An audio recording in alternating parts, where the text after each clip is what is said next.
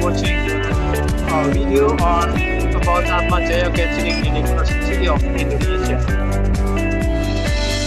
Atmajaya Catholic University of Indonesia located in Jakarta, and it is a private Catholic university and one of among the best private university in Indonesia.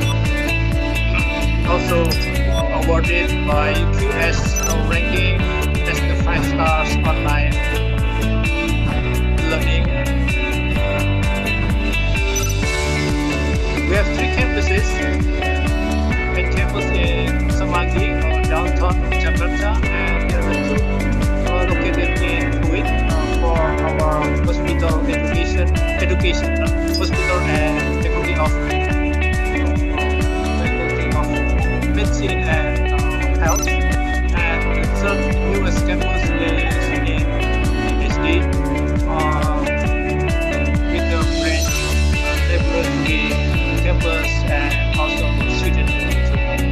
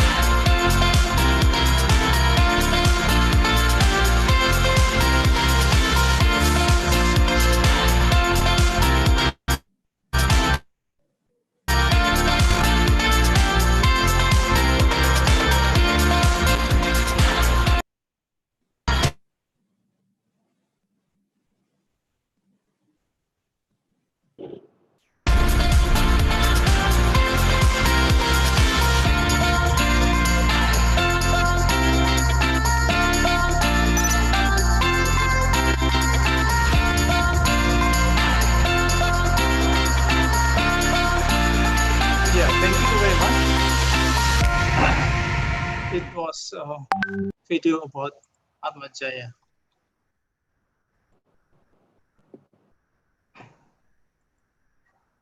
So we still have 1 minute to go. Pak Widodo, could you please to introduce Master of Master of Mechanical Engineering? Yeah. Later, if I ask you to introduce the program because Pak Joko is not there. Okay. Okay. Can you show the slide, please? Later, do we have a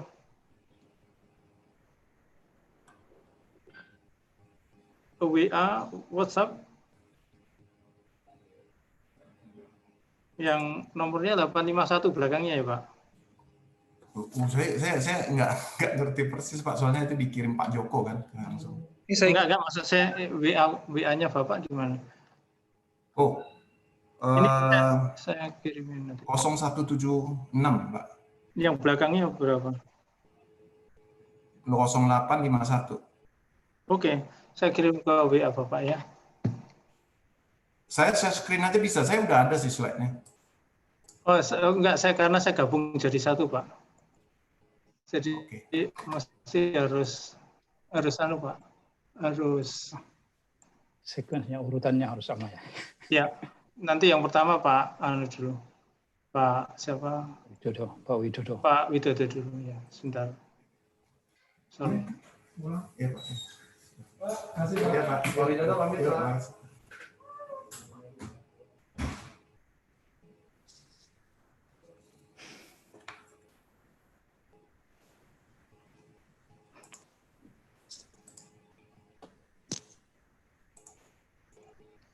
Audrey mungkin bisa mulai menyapa dan membuka acara ya. Iya, ada waktu itu. Oke. Baik, Pak. Siap.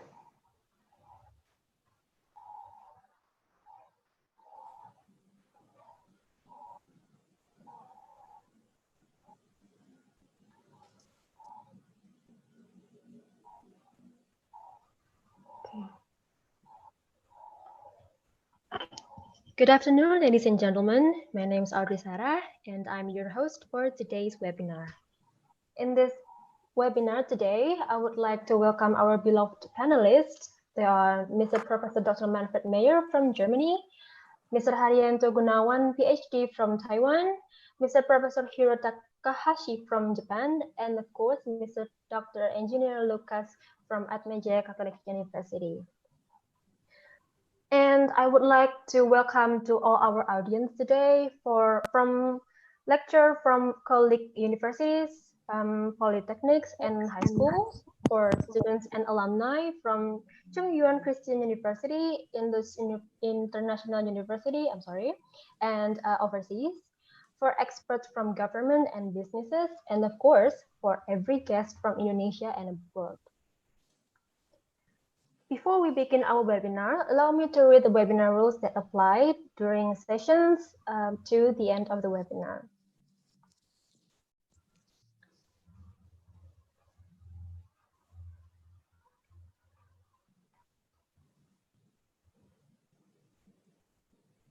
During the webinar, please make sure that your display name is the same name you use for registration. This is important for the moderator and for the host to recognize you. And for our convenience, during sessions, audience audio and video will be disabled from host. Number 3, chat room is available only for questions and answer session. Please write your questions when the channel is open to be forwarded by moderator.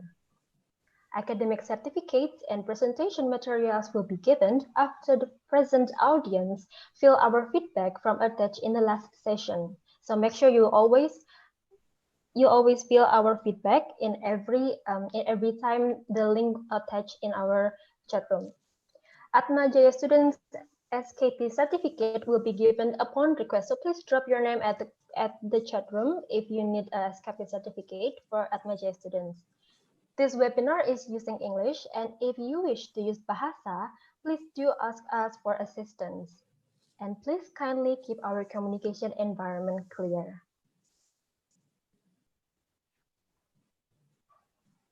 Welcome to the new audience that just entered our Zoom meeting room.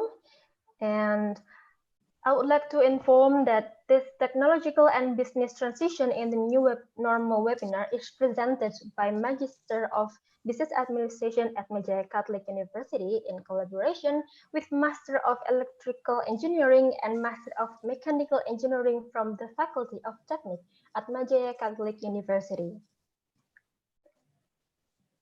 To begin our webinar, allow me to introduce our moderator, the one and only Mr. Dr. Agung Nugroho, Head of MBA program at Atmajaya Catholic University. Mr. Nugroho is a senior lecturer majoring in marketing, and he took both of his bachelor degree in public administration and Master of Management degree from Gajah Mada University, Indonesia.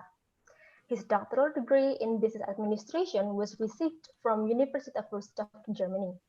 He wrote Retailing in Emerging Markets, a Policy and Strategy Perspective in September 2014 and published by Routledge Studies in International Business and the World Economy. Ladies and gentlemen, please welcome Mr. Agung Nugroho. Thank you, Ms. Audrey Sarah. for your introductions and your greetings to the audience. Ladies and gentlemen, distinguished speakers, and also all of the students. Good afternoon from Jakarta. Good morning for our speaker from Germany, and good evening for our guest from Taiwan, yeah, and Japan too. Already in evening there. This webinar is very special because we can hear 4 speakers from 4 different countries. The first one from Germany, and the second from Taiwan, and the third from Japan, and last but not least from Indonesia. They will share about the condition of and the latest condition of their country, what happened with the COVID-19 and how to combat them, and then they will also share their knowledge and experience about on the transition in technology and business during the new normal. This webinar is organized in collaboration between Master of Business Administration program, Master of Electrical Engineering, and Master of Mechanical Engineering from Faculty of Engineering at Madhya Catholic University. So I would like to share on the screen about our program. And we would like to introduce you our 3 special programs, a very well-known program, MBA, MTM, and MTE. So please, Pak Widodo, to introduce your study program to our audience. Okay, thank you very much, Pak Agung Nugroho. Good afternoon, everybody. My name is Widodo. I'm a lecturer at Master of Mechanical Engineering Department at Unika Atmajaya. On behalf of Dr. Joko Setianto, the head of the department, I would like to make a short introduction about the profile of our Master of Mechanical Engineering Department. Our master program began in 2014 and has had many graduates since 2016. The program has been accredited by the Indonesian Accreditation Board, or BAN-PT. The lecture will be given by professors and doctors. Until now, we have about 2 professors and 7 doctors who have long works experience in the industry and the research institutions. The student candidates who can be accepted in our master program are not only those who have a bachelor degree from the mechanical engineering background, but also bachelor from other engineering fields such as industrial engineering and so on. The courses cover the advanced materials, especially in the field of energy, manufacturing, and strategic technology management. Can you go to the second slide? Okay. And it is expected the graduate profile will be professional in this skill, in these 3 skills. Yeah. So in the order to give the employee of the industry, the third slide, please. And in order to give the possibility for the employees of the industry to continue their study to a higher level, the schedule of the courses are made flexible. The lecture is held at Semanggi campus on every Friday from 6:30 p.m. to 9 p.m. and on Saturday from 7 a.m. to 4 p.m. These course load are equivalent to 40 credits hours and can be completed in 3 to 4 semesters. Thank you very much for your attention, and hopefully we have the opportunity to meet each other soon at Master of Mechanical Engineering Department, Unika Atmajaya, at our Semanggi campus. Thank you. Yeah, thank you, Pak Widodo. Now, Dr. Marshall, this is your turn to introduce the Master of Electrical and Electronics Engineering. Okay, thank you, Pak Agung, and thank you for everybody. Welcome to this webinar. And then for today, I will introduce myself. So I'm the lecturer from Master of Electrical Engineering in Atmajaya Catholic University. So here we have actually same as a Master of Mechanical Engineering. We have a lecture in campus of Semanggi, Jalan Sudirman, Jakarta. Same as a mechanical engineering, we are as electric engineering. So we are actually our focus. To the next slide, please. Our focus is is regarding the electric machine design and optimization, renewable energy system and power management system, and also regarding the information technology, telecommunication, robotic, embedded system, and computer. Of course, this is all related to the artificial intelligence, where one of our lecturer is a professor. Next. As I say, we are actually now follow what is the new trend in Indonesia, of course, over the world. Now, all this new trend is all close to artificial intelligence. So our specialist of Master of Electrical Engineering program also. So we focus it on regarding the IoT, big data analysis, also now research for 5G, renewable energy, software and network system, and then also design of optimization of machine electrical. So next. Actually, we are conducted in Atmajaya Catholic University for mechanical, electrical, and especially for electrical engineering, for master electrical engineering. We have 4 semesters. So total is around 40 SKS. System credit semester in Indonesia. So this will be finished within 3.5 or 4 semester. So this is now we have 4 lecturers in our colleagues. Yeah. So 2 professors. So one is Professor Lani, and then Professor Maria. It's myself, Marsul Siregar, and then Dr. Catherine, and then today as our presenter is Dr. Lucas. And another Dr. Karel, Tajudin, and Duma. We have 8 persons to handle this Master of Mechanical or Master of Electrical Engineering. So, so today I will say thank you. So welcome to our university or to our department. So we will help you. We will teach you. We will collaborate with you for the student who want to join our Master Electrical Engineering in Semanggi, Jakarta. Thank you. Thank you, Pak Marshall. And now it is my turn.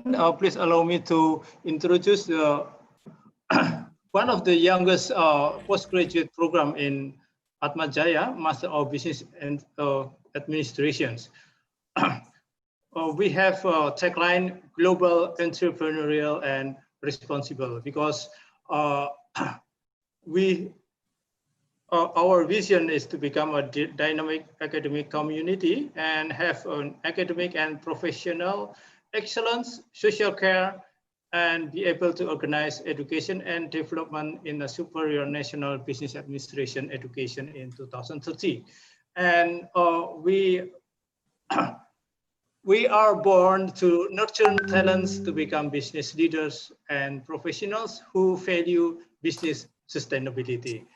And our faculty members consist of the academics and as well as practitioners. For example, well, in this list, we have 1, 2, 3, 4, 5, 6, 7, and 9 faculty members, and they have their own specializations and graduated from various countries, from Germany, from Belgium, Australia, and as well as from the US. And Master of Business Administration also has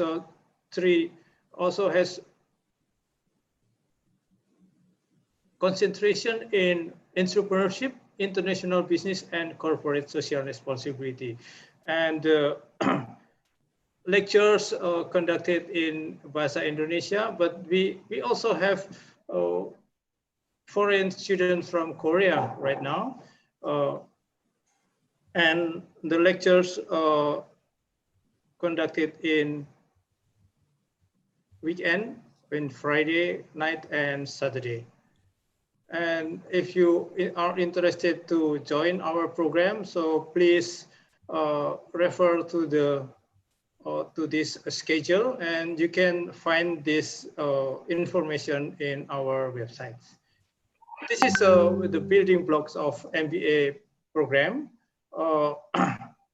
It is designed for 4 semesters, but for those who are very hardworking, so they can finish the MBA program in 3 semesters. Okay, thank you very much. That's all from us about the organizer, Master of Business Administration, Master of Electrical Engineering, and Master of Mechanical Engineering. So without further ado, I would like to introduce our first speaker, Professor Manfred Meyer from Germany. First of all, I would like to introduce Professor Manfred Meyer.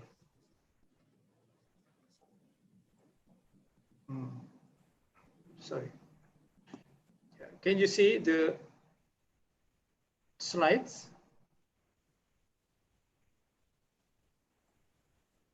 Okay.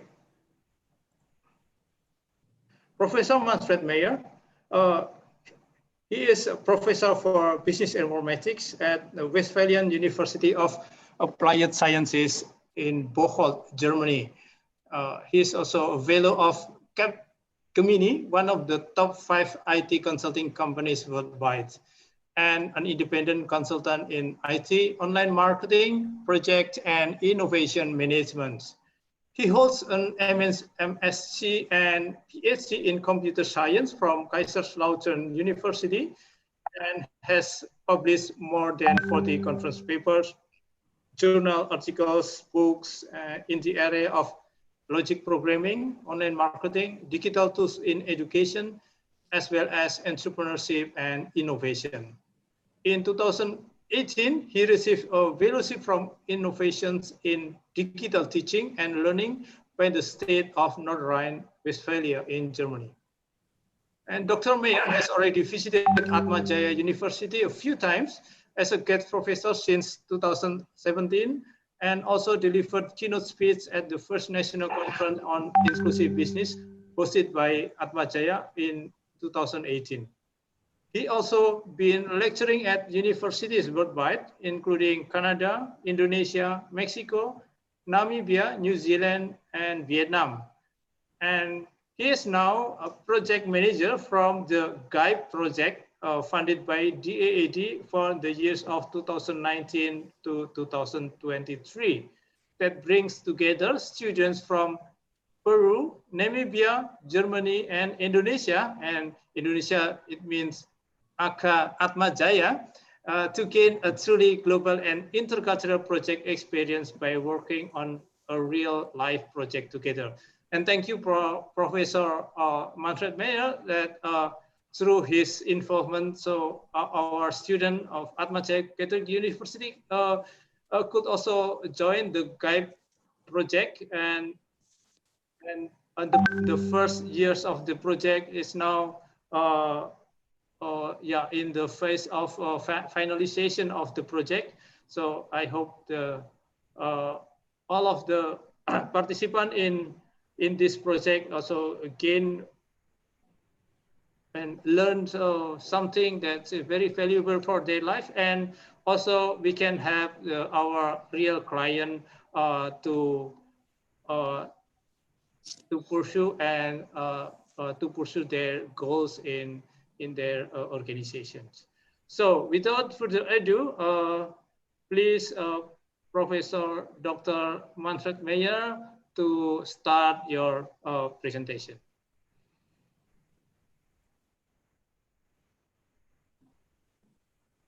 Thank you very much, Agung. I just try to let you see my screen. Yes. Okay, here we are. Can you see the presentation? Yes.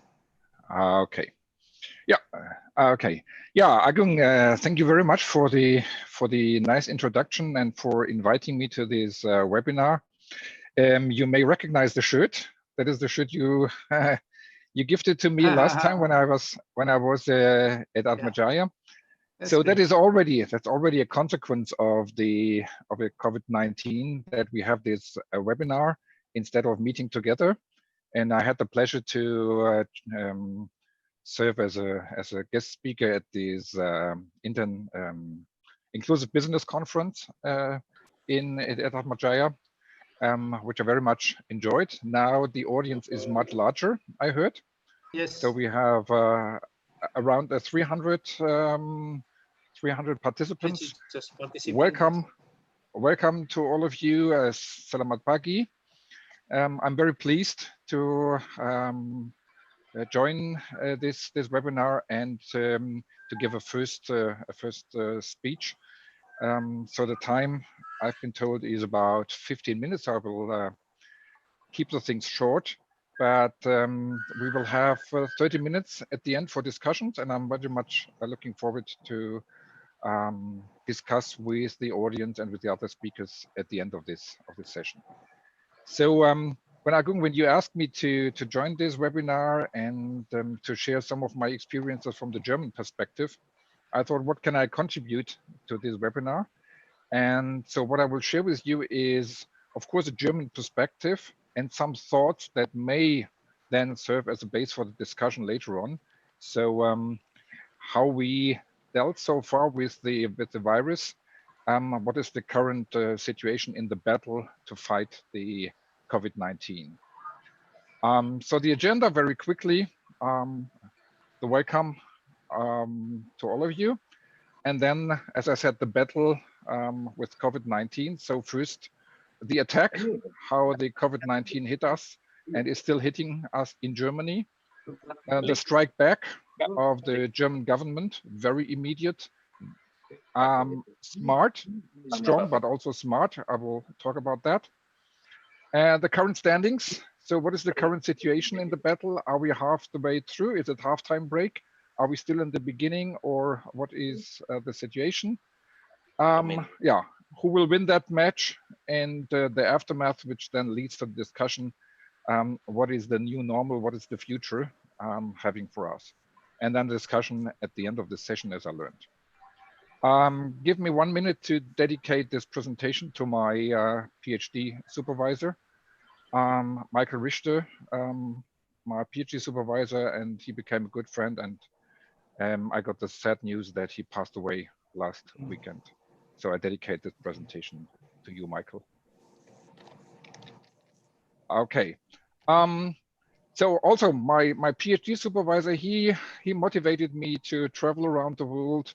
And also we met at the University of Calgary some years ago, where we both at the same time visited and gave lectures there. So you see, The COVID-19 really hits me very, very hard, as I'm really traveling. I like traveling. I like visiting universities, for example, at Madjaya. I like bringing students together. That is the project that Agung mentioned in his very kind introduction, the GUIDE project, where we currently bring together students from Peru, Namibia, Germany, and Indonesia to work on a joint project. We will have a final presentation this afternoon. I mean, so it's evening in Indonesia then, where we deliver a software product to the client that the students all over the world have developed together without having the chance to really meet each other. That was the plan, but because of COVID-19, it didn't work out. So the students, they are spread all over the world. They are working from home, but they are working together in an intercultural manner and delivering a piece of software that a real client will then hopefully be able to use. So it really hits me very, very strong. But in general, I mean, what happened is, if we take this as a battle, so the first attack of the virus came in early this year. So there was one case at a company in Bavaria where an engineer from China visited, having a workshop there. She flew back to China, but left the virus there. But what we learned from that is that it was very quickly detected. It was tracked. All the people were sent in quarantine, and this case was extinguished. So that worked quite well because it was very localized in the first case. That did not work for the second attack. It was the first super spreading event we had in Germany when we had the carnival season in February. So there was a huge gathering. People were partying closely together. So if you know a bit about carnival tradition in Germany, so it's dancing, it's even kissing foreign people, partying, and then of course, if there is only one person being infected, not knowing about that, and then lots of people got infected. So this is related to the small village of Gangold in the Heinsberg region, which now has become famous, of course, in North Rhine-Westphalia. That's the state where I'm living. And then in March 2020, I was for holiday in Turkey. I planned to go to Madagascar. A flight we booked and everything was organized, but then flights became shut down and the borders became closed. And in Germany, we had the first local spreading, and what then was the really a very, very bad situation for not only for Germany, but for many countries. I will show you a map on that next slide. So that was this first real super spreading event due to commercial interest. So there was information. It was in contrast to what happened at the carnival. There was no information about people having this infection. But in Ischgl, a ski resort area in Austria, it was known. There was one guy in a bar, was known that he was carrying the virus, but for commercial interest, they didn't shut down. And so people brought the virus all over the world. So there is a nice chart that illustrates where the virus was spread. And this could be traced back to Ischgl, to this event. So 3,600 people in Germany and all over the world. People that spent their holidays there, so they got infected. So that was the attack of the virus. And when I returned from Turkey, I had to rebook flights, and it was the 16th of March. I arrived to Düsseldorf in the afternoon, and there were announcements that in the evening at 6 p.m., our chancellor would address the public in a speech, which is very rare in Germany. So So this is just a screenshot from the video, which is available on the net. And so she declared the measures. She declared that the situation is very serious. So she asked the public to take it seriously. And the measures were, like I will show in the next slide, yeah, social distancing, shops closed, and so on. So she asked for understanding. And what I recognized in the weeks thereafter was that really almost all the people, they really accepted this. So they maintained the social distancing. And that was really the key for the success of these measures, that we were able to prevent the health system from the collapse, to get the numbers, to keep the numbers down. I mean, it was spreading inside Germany, but not in that manner that it could cause a dramatic situation in the healthcare system. So that was the first strike back, immediate measures on March 16, declared by our chancellor. Social distancing. I would name it a kind of a smart lockdown, because it was not that hard lockdown that people have to stay at home like it was done in other European countries, but it was more smart, allowing the people, yeah, to do what they need to do, to go shopping, also to meet with other people, to take care of the elderly, but maintaining rules like only 2 people from different households to be together in the public. All non-essential businesses were closed, just supermarkets, pharmacies, and so on. Schools, universities, daycare centers, which then really caused problems to lots of families. Now the kids had to stay at home, and some people with small flats with not the best living environment as regards all the people from the household staying at home. So they had to deal with that situation, but somehow it worked. And what I think was really important, that the government announced some immediate financial support for small business, self-employed people. So you could very easily ask for 6 or 9,000 euro support, which also caused some fraud, of course, because the process was made very simple. Of course, some people tried to make their own use of it. And extended short-time allowance, a very special measure in Germany. So the employees, they stay with the company, the contract stays, and they get paid 60%, 70, 80%, or plus 7% if they have kids, without going to work, but to keep them in the contract and to be able to resume work once the situation improves. So I think this is also crucial for the success to deal with that situation. Then on June 3rd, there was a huge program released, 130 billion euro program.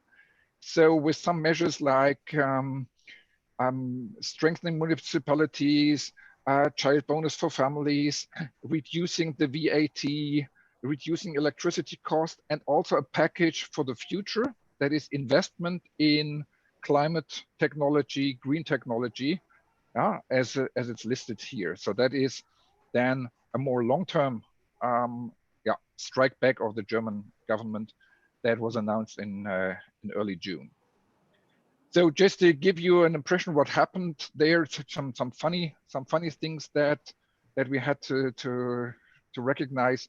Yeah, then so the people in Germany, they were scared. They took these situations serious, which then meant that you couldn't buy toilet paper or hardly get toilet paper. Disinfectant, of course, that's reasonable, but also noodles, sugar, things. Now the situation is fine. Everything is available in the shops again, but that is something also we recognize. Okay, so the current situation, where are we now? You see this current chart. So we have March 16, That is just when the first speech by the Chancellor took place. And then, yeah, we had kind of an exponential growth here, which then we flattened to a linear growth. It's quite steep. And then now it's still growing, but it's kind of under control now.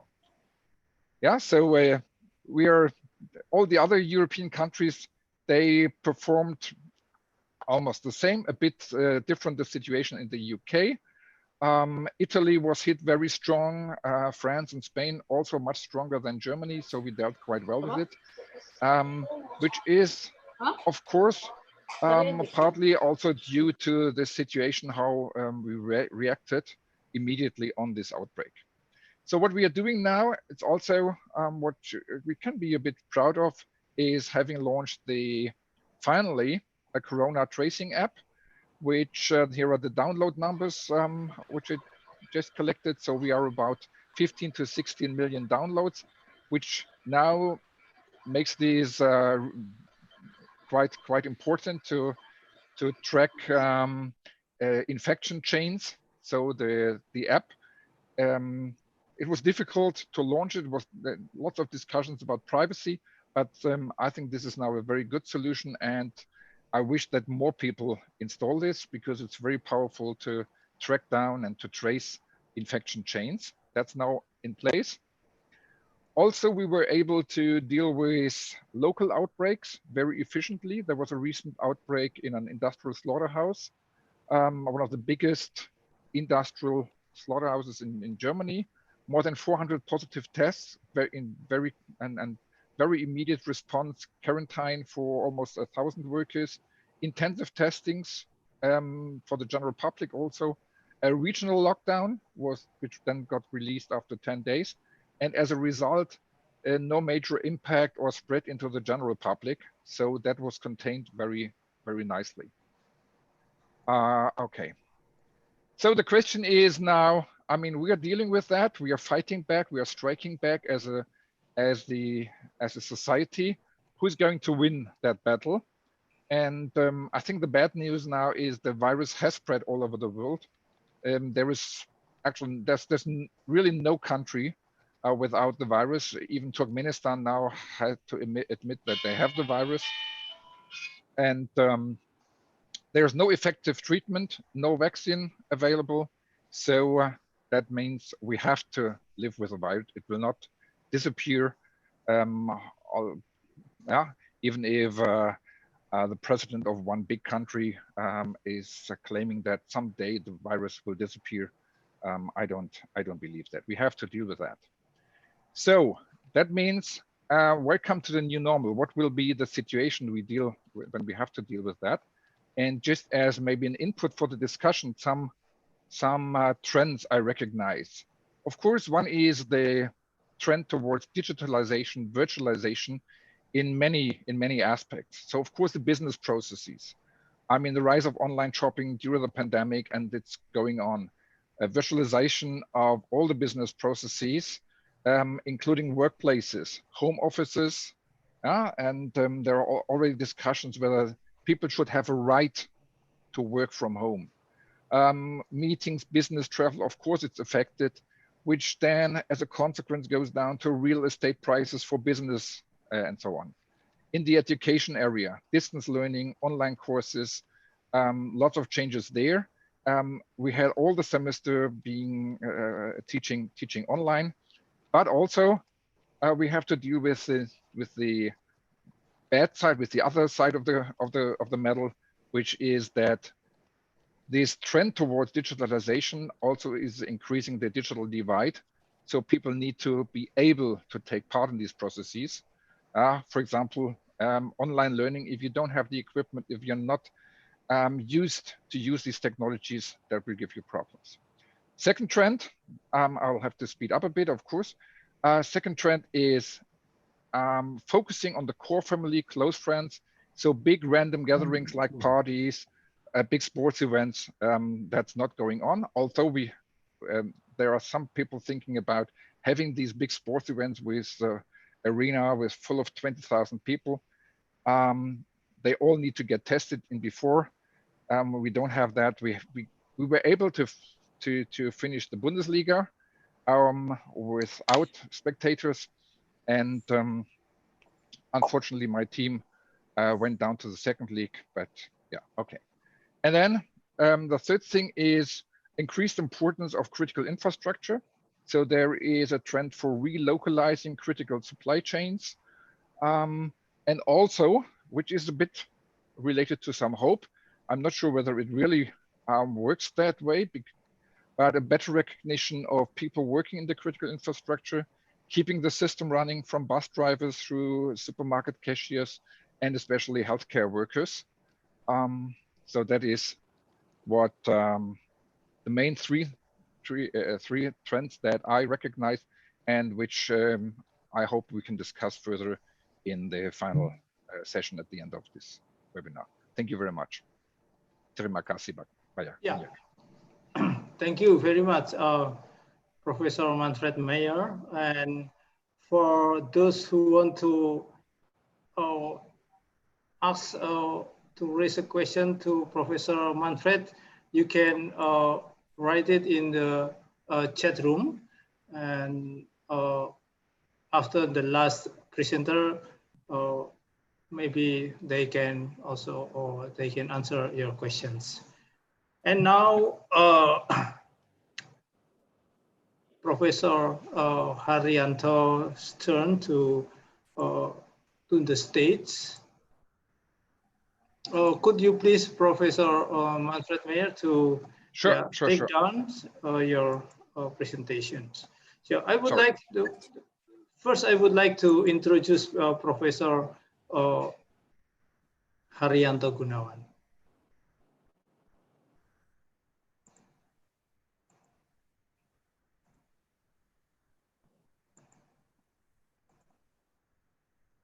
Yeah, so Professor Haryanto Gunawan, PhD. He is an assistant professor in Mechanical Engineering Department of Chung-Yuan Christian University in Taiwan. He is a PhD in Mechanical Engineering, graduated from the same university, his alma mater, Chung-Yuan Christian University in Taiwan, and as well as his Master of Science. He holds a Bachelor of Science from Petra Christian University, Indonesia. And Dr. Haryanto Gunawan has been awarded 7 honors and awards. And the newest honors is as the first prize paper award, IEEE International Conference on Applied Innovation. And he also holds 3 patents, among others in his patent in manufacturing method and system of polyphenylate fluoride piezoelectric film without metallized electrode from, this is the Taiwan Tech Patent Grant number 144183181 on August 2014. And he also wrote more than 25 journal articles, conferences, and books. And his research interest is intelligent manufacturing, real-time monitoring, machine tools, precision manufacturing, artificial intelligence, machine learning, big data analysis, Internet of Things, application of Industry 4.0, smart material, piezoelectric, ceramic, and polymer. Yeah, and without further ado, please, Professor Haryanto to present your paper. Okay, thank you, Pak Agung. Can you hear my voice? Yes. Okay, so I will share my PPT.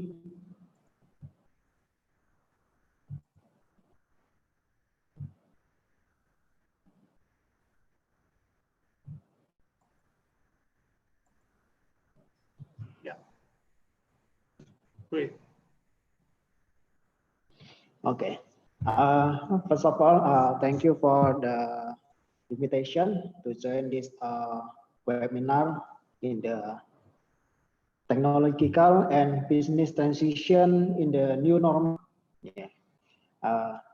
Also distinguished the other speaker, Professor Manfred Meyer from Germany, Professor Hiro Takahashi from Japan, also Dr. Lucas from Atmajaya, also the Dean, Pak Ronald, and Vice Dean, Pak Widodo, also Pak Nasrul.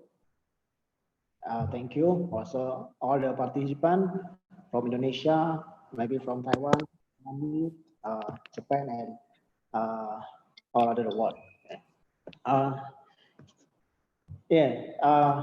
Maybe I would like to, today I would like to share about the current stage situation in Taiwan, and also I connected with the manufacturing, because you know Taiwan is strong in the semiconductor and ICT.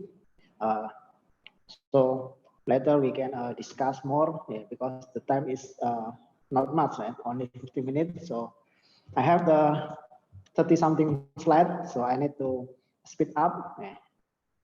Okay. This is my today content. The first I will share about the current economic situation in Taiwan, the impact, and also the economic growth.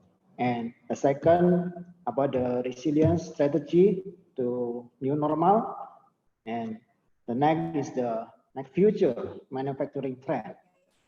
Because you know, after this COVID-19, everything changed, the habit, and we need a strategy to deal with this situation.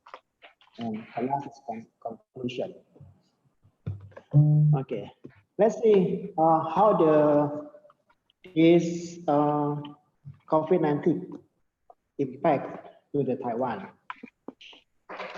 You know, COVID-19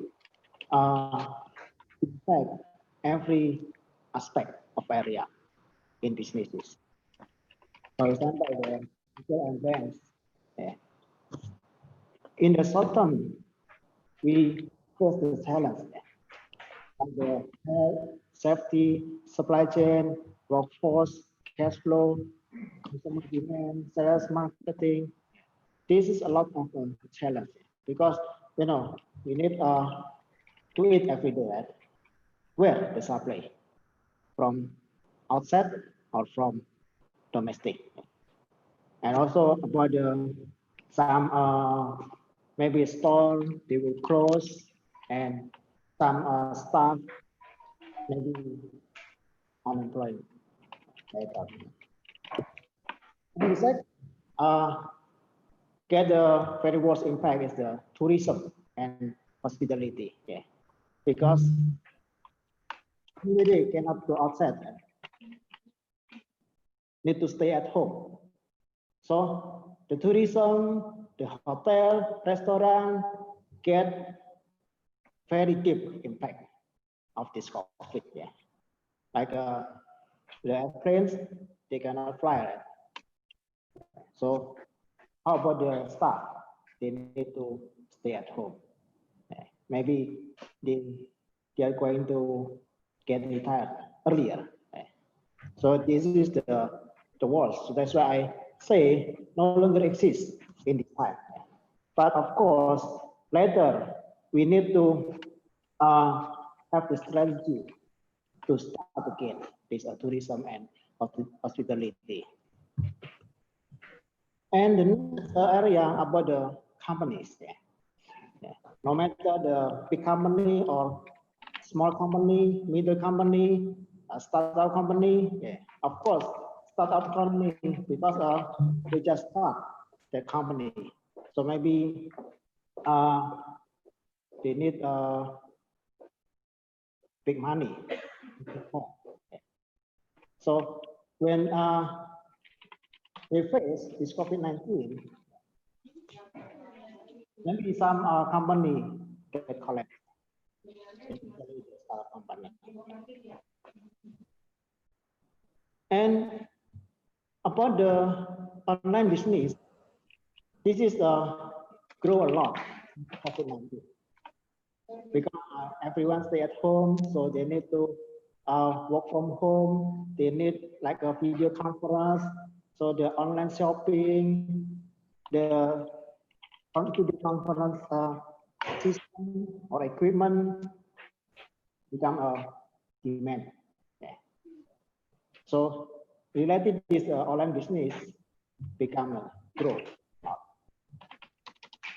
So this COVID-19 has forced many businesses to close and leading to an unprecedented disruption of commerce in most industry sector. So this is the area get this impact. And how the impact to the Taiwan? We can see in this cyber because of this COVID-19, the unemployment rate increased. As you say, in the cyber, 21,000 people from the last month. And the most is in the hotel and restaurant industry, around 17,000 people. And the second, unpaid leave, because this COVID-19, so some business cannot continue. So the company need to say to the staff to stay at home, no paid. So around 625 companies and affected 15,000 labor. And in the manufacturing company, around 4,800 something and 4,400 something in the hotel restaurant, and the rest 2,100 in the retail company. So we can see this is the impact of the COVID-19. Luckily, in January, the Taiwan government do very fast action to prevent, to contain this virus. So the infected people only 451, and the death only 7. This is quite good news for Taiwan. Because if we compare to the other country, they have a lot of infected. So let's see the economic growth rate in the Asia. We can see in this graphic, China, Korea, Japan, Singapore, all decrease and minus. But you can see Taiwan still plus 1.5%. Maybe you have a question, why? When other countries decrease up to minus, why Taiwan still get a plus 1.5? Okay, later we can see together what happened. And in April, Taiwan export order rose more than 2% compared to the last year, I mean the 2019. Increase, not decrease. So this is more detail about the situation. We can see the export. The total export decreased 2%, but the electronic product increased 13.2%, and the ICT product increased 10.9%. So why? Because you see, Taiwan is famous in the semiconductor manufacture and also the ICT product manufacture. So when this COVID-19 outbreak, a lot of people be forced to stay at home. So they need to use the video conference for communication through their cell phone for communication. So it means the demand of this the electronic product and ICT product increase. Yeah. So that's why the export from Taiwan in these two areas increase. About the industrial production, yeah, there's some like index, the industrial production index increased 3.51%. Electronic component industry increased 22.15%. And also the computer, electronic, optical product, yeah, because a lot of people buy the camera, yeah, so this product increased. And also because Taiwan developed the 5G, so also benefit from this 5G deployment. But we see the unemployment rate, yeah, this is the minus 4.03%. And the total number unemployed person increased 36,000% from the last month. And for the retail sales decreased minus 10.24. The merchandise store minus also 8.5. Motor vehicle and motorcycle also minus. But the retail sale via the mail order, houses or internet increased 19.1%. And you know, in industry, yeah, we also need the machine, right? And Taiwan also produce the kind of machines. Yeah. So we can see from this graphic, the export Taiwan machine tools. Yeah. This is the the main country the Taiwan export to. Yeah, like the Asia, China include the Hong Kong, yeah, 61.8%, and Europe 19.1%, South America 1.6%, Africa also North America 13.7%. And for the detail of the countries, the breakdown, we can see 2020 and 2019, the comparison. If we can see from this figure, actually 2019 and 2020, there's a little bit decrease, yeah, the percentage. Yeah. But if you see the Turkey increase from the 2% become the 7%. This is maybe because you know, some of the China, I mean the Taiwanese businessmen also have the factory in China. Because of this COVID, so in China they locked up. So this benefit from to Taiwan to export to other country. So that's why in some country, yeah, still increase the export.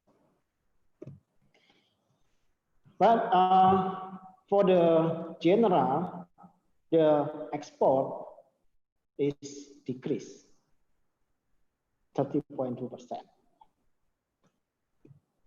And if we see from this table for the machine tools, the April and May in this year, in May decreased a little bit, around 1% compared to the April export. So this indicates still decreasing about the export. And this is the data, the prospect for this 2020, yeah, and the prediction for the next Q3 and Q4, yeah. And from this DGBS data, they revise the beginning projection is 2.37%, and the revise become 1.67% because of this COVID-19. So However, this is the growth rate of the investment still grow by 4.33%. This is because of some strategy, like some strategy from the government, to return the Taiwanese business from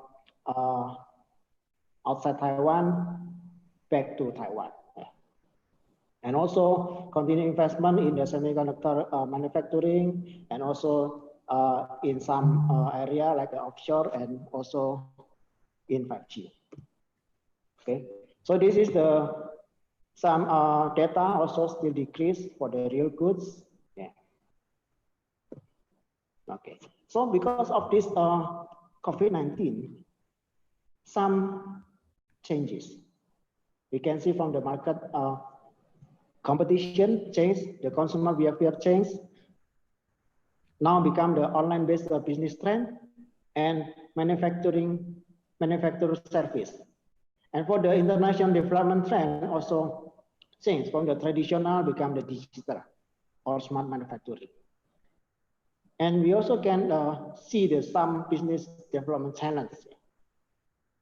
The first is the difficult to estimate long-term economic, because still unstable, and also maybe some people not interested to invest, and maybe they still keep their money. And the other challenge is about the supply chains and digital CPS integration manufacturing, and of course the combination of cost, quality, delivery, and service. But because of this background, we have the crisis. Right? The crisis also, that's the opportunity. So if we would like to connect this crisis, maybe we need to think what for the future. So maybe we can connect to the technology. So in this time, about the digital or smart manufacturing.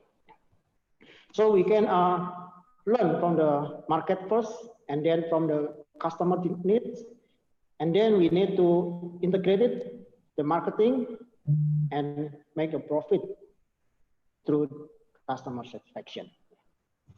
Okay.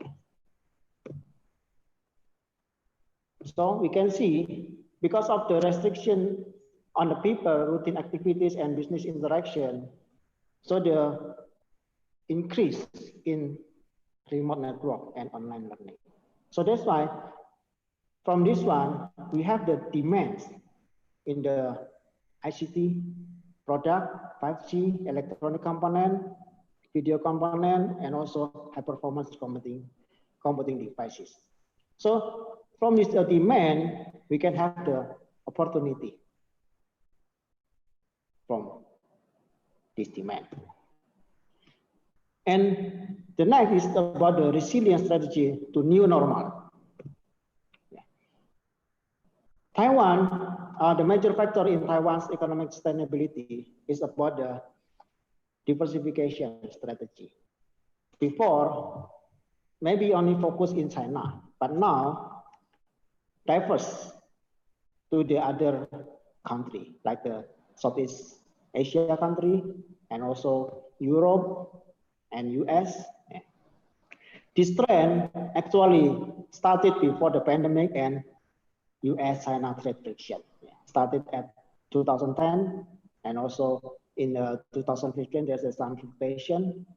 The reason is because there's some structural change in cross-strait economic relationship. Also the rising of the labor wage, the stricter environmental regulation in China, and also the stagnation of political dialogue between Taiwan and China. So create uncertainties for Taiwanese businesses. And also the last about the US-China trade war. Because of this reason, so make the diversification faster. So some Taiwanese businessmen move their plan from China to, for example, Indonesia or Thailand or Vietnam, Malaysia, or to US. And some strategy from the president side administration. They have the new sovereign policy. It means they attract the businessmen to move from China to maybe Southeast Asia country, and also Australia and New Zealand. And I'm sorry. Could you please to make it shorter because on the time is run out. Yeah, I see. Okay. Okay, I will fast. Okay, so these are three strategies from the president side. The first, the new sovereign policy, and the second, use the strong of Taiwan, especially in semiconductor and ICT industry. And the third, advance the collaboration, which means after this COVID, make some collaboration with other countries, especially in Asian partners. And for the next future manufacturing trend, most important work capabilities in future include the complex problem solving, critical thinking, creativity, communication coordination, decision making, and navigation. So when we looking at the future work, only thinking work is still continue to be undertaken by people. But the standard flow of work can be replaced by intelligent systems. So that's why in the future, a lot of digital manufacturing or intelligent system will be adopted by a lot of the companies. So there's some strategy for the post-COVID-19. The first, of course, save cost and integrating automation with the cloud digitalization to respond to change of production structure. And also collaborate with the different industries to advance the digital manufacturing. And about the human resource reduction, so some company, they provide cloud-based digital production structure, like the KTR company. And the question is, how can we ensure safe operation in the face to face the pressure of the high load operation, extensive inspection, maintenance system, and equipment? Some company, they also use the smart system, like the retail system Taiwan company. They use the smart system to monitor everything, temperature, IT, service, and many things 24 hours. So they can monitor the factory environment. And also the IFM electronic company, they also can provide the status maintenance, error prevention solution in a variety application. So the digital technology and artificial intelligence method will have the revolutionary impact on assembly and handling. So in the next future, this digital technology and AI method will be used mainly. So this is some of the key technology integration. You can see the data, IoT, intelligent technology, and other, CPS included. And this is because when we talk about the intelligent system, also related to Industry 4.0. So you can see from the beginning, the collecting data and do analysis and until the business operation. Yeah. Okay, this is some cases. Yeah, I think this I show you a little bit. Yeah, this is some very complex the system. Yeah, maybe later if you have question you can ask about this one. Yeah, this is actually our real case. Yeah, in our lab we developed this intelligence. Yeah. Okay. Thank you very much, Okay. Hari. Maybe we can also continue the discussion in Q&A sessions. And now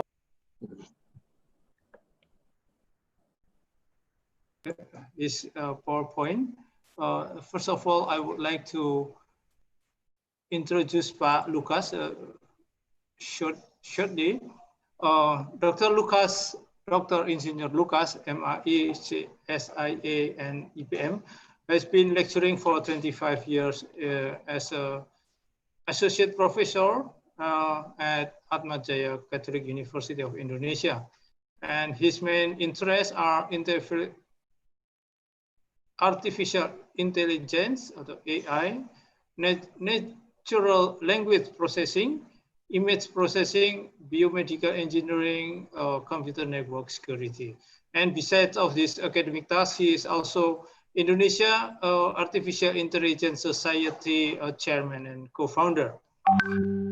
He received a bachelor degree from ITB, Electrical Engineering Department, ITB Bandung, and then pursued with Master of Artificial Intelligence and PhD in Electrical Engineering, both at Catholic University Leuven, Belgium in 1998 and 2003 consecutively. And his bachelor thesis applied the ENN for Natural Language Syntax Translator.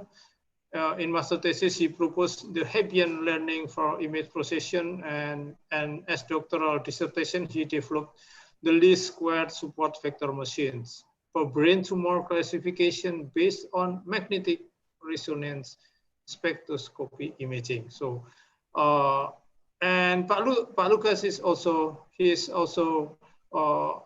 former head of IT of Atmajaya and he was acting also coordinator for cognitive engineering research group and also serving as the vice dean for engineering of engineering faculty and head of master program in electrical engineering.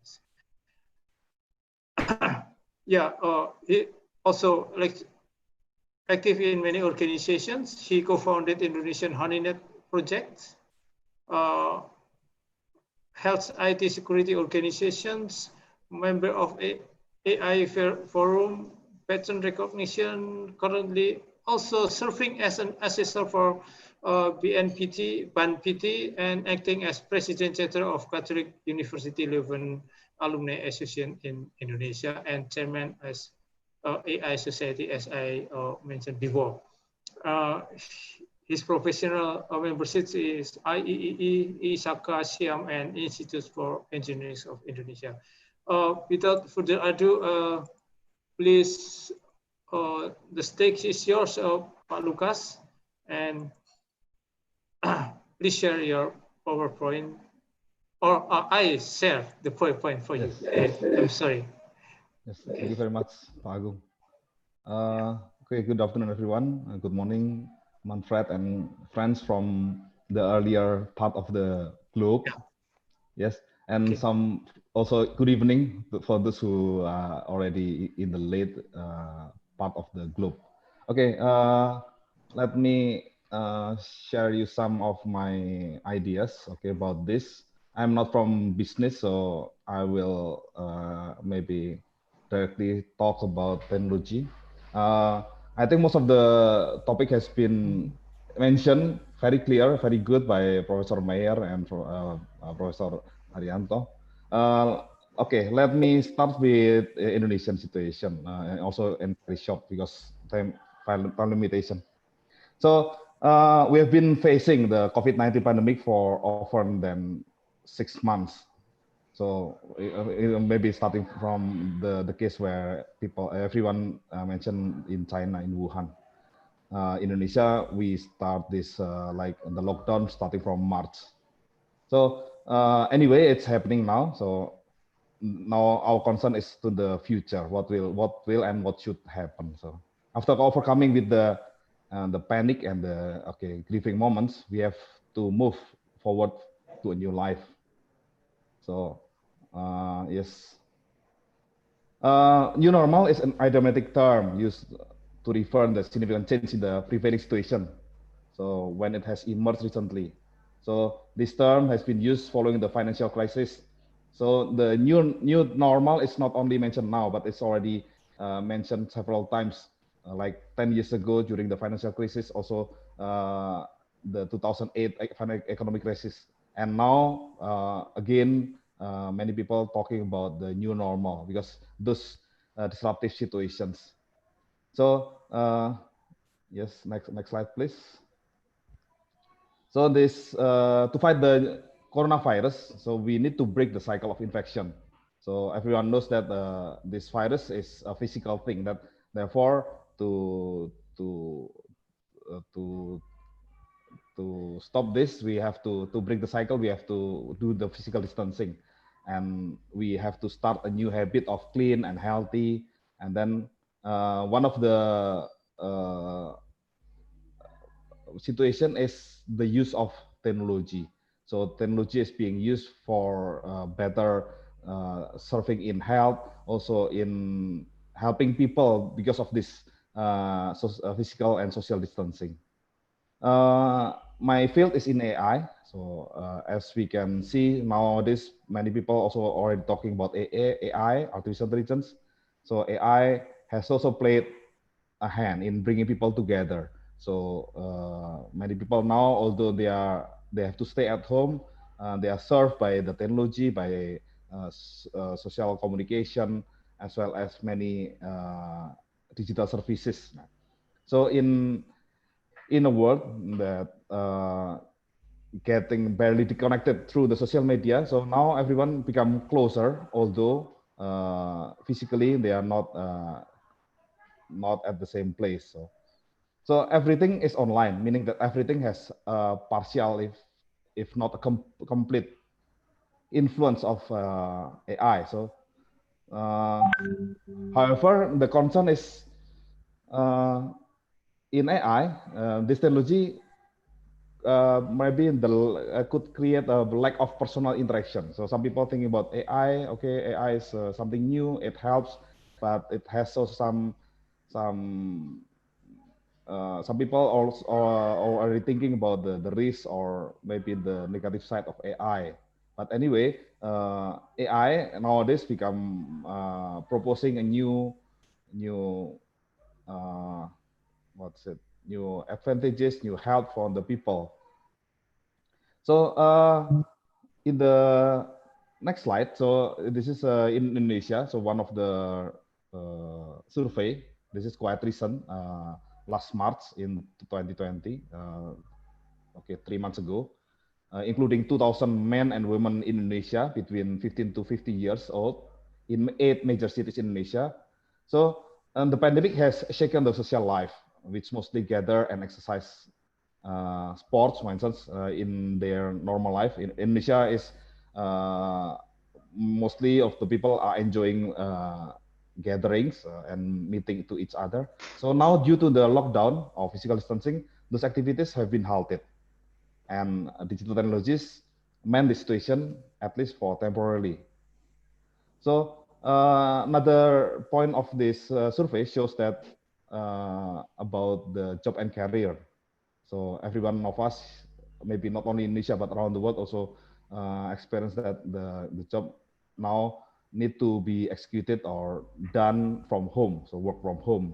Maybe also for the school children is study from home. For some people, maybe also shopping from home, etc.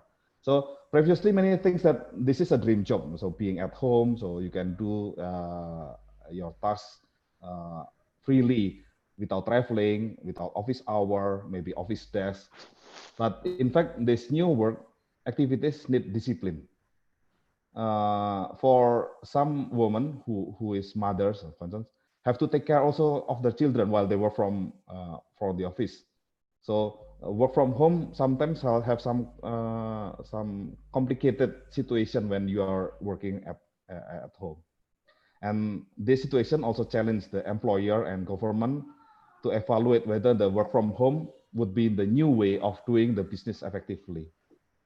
So, and then the third is about leisure. This also have been mentioned by Pak Hari. One of the most important activities in human is enjoying holidays and entertainment. So businesses like hotels, touristic places have a sudden drop in visitors. Many tourism business, including flights, travel industries, have filed for bankruptcy. Customers have shifted their entertainment from conventional towards online services, and then a surge of mobile devices sales and mobile or internet connection subscription. Maybe Taiwan is a good place for electronic industries. Therefore, the export of our economic is still held by the situation. And then now movie theaters also now playing in the living rooms. So about one fourth of the respondents also said that they chose online shopping nowadays. Some still going to the shop, but quite a lot of people using the gadget or digital shopping because of thanks to the technology and digital service for food and grocery deliveries. And then economic impact also due to the physical distancing. Although some digital services ease customer to get their daily needs, but some felt that this kind of service lacks of human touch, intimacy, or social interaction. And so, but anyway, most of the people might continue these activities online habit, even though the normal life has resumed later on. In the next slide, uh, Paul Gillin mentioned in this article 24th of May in 2020. So he mentioned about 7 technologies. Can you go to the next slide, please? So there are 7 technology trends which will be accelerated due to the pandemic situation. So here I mention shortly one by one. So first is that the software that normally used to take months or years to develop is now being deployed in days and weeks. So it means that in this situation where people working from home, the request and challenge, the need for speed has been paramount as developers have raced to get the new application to the market. So the technology called the low code or no code development platforms, which use visual components and drag and drop code construction to build software quickly. So we're already on the fast track before the pandemic set in. So now it's the time where this kind of programming will be executed. And the next one is digital retailing. So previously it's long line of due to the pandemic, there are some disruption in the logistic. So the long lines and empty shelves in the retail stores drove millions of people to online merchant for goods they have never been before purchased in the cyberspace. But then, if COVID-19 has put shopping malls in like a temporary coma, that doesn't mean that conventional retailing is dead. About half of the respondents, when they ask what will you do after this pandemic resume, so they still hope to still go to the shopping mall, to the supermarket, like the previously. It's about half of the respondent.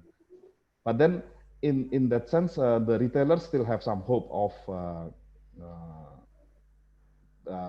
going back to the previous business. Although some of the customers already shifting to the online shopping habits. So COVID-19 will accelerate the innovations of touchless. So when later on when we go shopping, customers will be enabled to browse item maybe through screens, scan barcodes for deliveries, and also the payment will not be using the cash but also using the digital payment. The third things about chatbots and other human-like information aids have been picking up the slack of the call centers. So which previously call center customer service relying on human, nowadays it start to be helped by chatbots. So among recent converts are World Health Organization, WHO, and also CDC, Center for Disease Control. Both have adopted chatbots to respond millions of queries, because if it's answered by human, it's impossible. So many government and business are doing the same nowadays. So in the post-pandemic world, the intelligent chatbots are likely to become digital portals for interactive healthcare, for instance. So the doctor not necessarily facing the patient face to face, but through the screen, digital screen, and then helping patients to find doctors, maybe conduct triage in emergency care, also prepare for procedures and follow post-discharge instructions. And then the situation also due to the situation where people will prefer to go places that has fewer human workers and more machines because they feel they can lower the overall risk. So as mentioned by Pak Hari, many businesses will using robots more and more because robots hopefully less infectious than human. Also, robots can be relatively easier to be clean for this disinfected, for instance, rather than a human. The fourth point is AI. AI also being used in telemedicine or telehealth, which is remote delivery of healthcare service. This already developed during the past few years, but now is the right time because for the business, this is also very interesting because this is a huge $1 billion market. So some online services during this pandemic era also reporting that up to 500% increase of usage during this pandemic. So it appears that the digital healthcare will go mainstream even faster than expected. So due to this pandemic, artificial intelligence will play a crucial part in health sector technology advancement, from autonomous surgical robot, virtual nursing assistant, to automated image diagnosis. And there is still a place for more application as the technology improves. And then in the internet internet services, and this is the point number 6. There is a new trend or new term called zero trust security. Since everyone working now at home, people relying on internet technology, so now it is also ripe, or is it also become vulnerable because the criminals, the hackers now try to attack human through the internet devices. So one of the technology being discussed is zero trust security. So this is a hottest topic in cybersecurity, even before this pandemic began. So as a new standard for enterprise data protection. So zero trust security upends traditional perimeter defenses by assuming that nobody and nothing can be trusted. Devices and users must provide additional proof of identity as they access increasingly sensitive information, even if they already log on to the network. And the last one, the number 7, is the next generation database. So this is also the new development of technology, where many people activities is being logged, or as Pak Haryanto also mentioned, the use of IoT sensors. So this all of this is collected in a big data database. So these tools will track and besides services for the security, also this database also contain the virus, for example. So for the security, all have one thing. All of this data, all of this database will collect many information about us. So that's the risk of personal privacy data. What's privacy data risk of? Therefore, from the security, now they will focus on this next generation database. So maybe also mentioned by Professor Mayer about this contact tracing, also applied here in Indonesia. We call the application is Peduli Lindungi. The application is installed in the mobile phone, and the user can be tracked as well as notified when they are in the nearby of the risky places. So those are the latest trend in technology, especially during this pandemic era. So in summary, all of a sudden we are now living in the new digital life. So it is inevitable, a new habit and dependency to online services, where conventional activities have been substituted by digital platforms. Life would not be the same. It will hardly return to old normal, since we are now in the new normal. I think that's all for my presentation. Thank you very much for your kind attention. Pak Agung, I return to you. Yeah, thank you very much, Pak Lucas. Life never been like before. No. Yes, thank you very much for your very interesting presentations. And now, last but not least, Professor Hiro Takahashi from Japan will present his presentation after this. And please allow me to give you announcements. We will share the link for feedback for this webinar, and please fill out this feedback, and because this is one of the requirements to get the e-certificates, and we need this feedback to improve our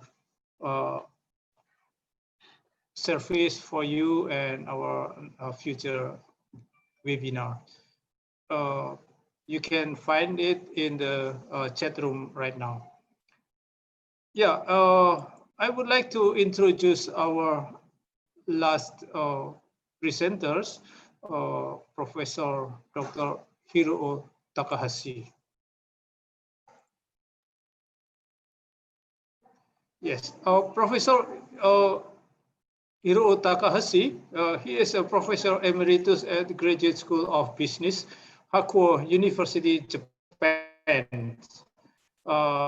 He is also visiting professor of Graduate School of Business in Soka University, Japan.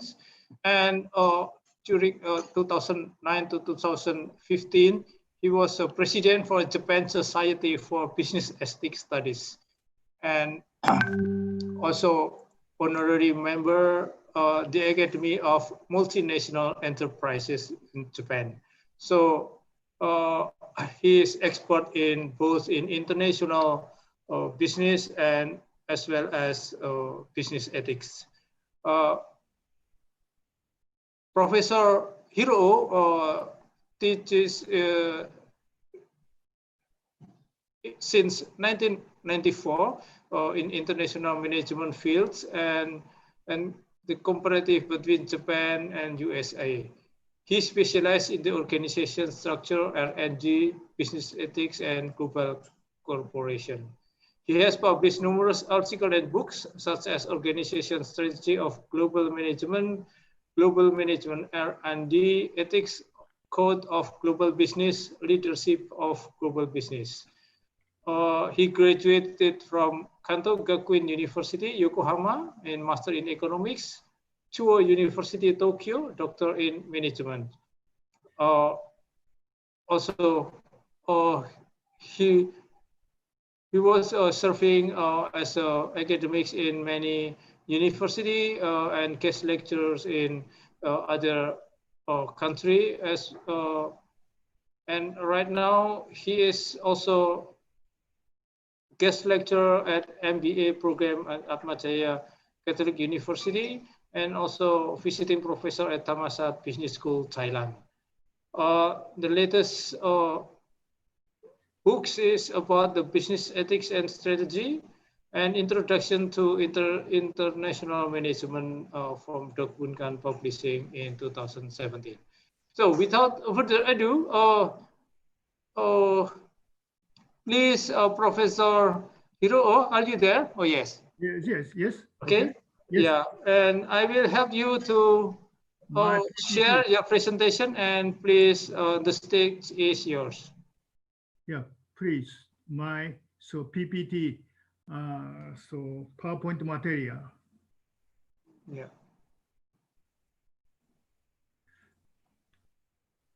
Okay, can you see it? Okay. Yes, yes. Thank you. Invite me as so invited speaker from Japan. Okay, Dr. So Agun, he is my great friend. Okay, he invited me 2 times at the international conference. Today, my title is COVID-19 and New Normal in Japan. But this title not so my special field or specific field. Today, I would like to describe in situation in Japan, COVID-19 new normal. And the next one, COVID infection in Japan, July 7, 2020. Okay, blue line is already discharged. That is separate from hospital. Okay, and red line is patient, and so blue, that is very low, okay? That is now is infection 18,832, okay? It's very low. In Japan, the infection increase end of March, and top level increase middle of May, but now is July. Today is 15. That is very low. Okay. Now is everything okay? So open in shopping center and the studio and baseball ground and Japanese small and so other situation, other facility. Okay, and please next one. That is a corona mortality by country as May 24. Okay, U.S. that is a very high level. And next one is the United Kingdom, Italy, Spain, France, Germany. But in Asian country, not so high percentage for the population death, okay? Very small death. Why does it in Japan is this? In Japan is a population 1.26 million, okay? 126 million. But infection now is 18,332. And this, okay, 9 died. That is 979. The number of coronavirus deaths, infection within the population has been keen extremely small level compared with other group 7 advanced country, for example, US, okay, and so European countries such as England, okay, France, and Italy. But so population very high in Japan, but the rate of death die very small. Okay, why does now is small in Japan? And next one, how the coronavirus crisis has affected foreign worker. As you know, in Singapore, Malaysia, so many immigrants, blue worker from other country. But Japan is very small, okay, very small. Now is national COVID-19 in Japan is 70,141. Okay, foreign worker population 1.62 million, very small, almost 1 million, very small. So foreign worker, but now is a little bit increase, okay, because in Japan is a shortage of worker level. Okay, and next one is what is a Japanese model for COVID 19. And next one is a Japanese model. Okay, declaration of state of emergency April 23 this year. Okay, but that is very different from other country. Unlike strict lockdown, okay, does not lockdown allow the residents to use a public transportation and eat restaurant, but basically stay home. That is small. So all student, Japanese student, the call for the student to reduce the people to people contact with a focus avoidant the so 3Cs. Now it is still in our country. Catchphrase is 3Cs slogan: closed space. Okay, and second one, crowded space, and third one, closed contact sector. That is avoided. Okay, more open space. Okay, more so distance space.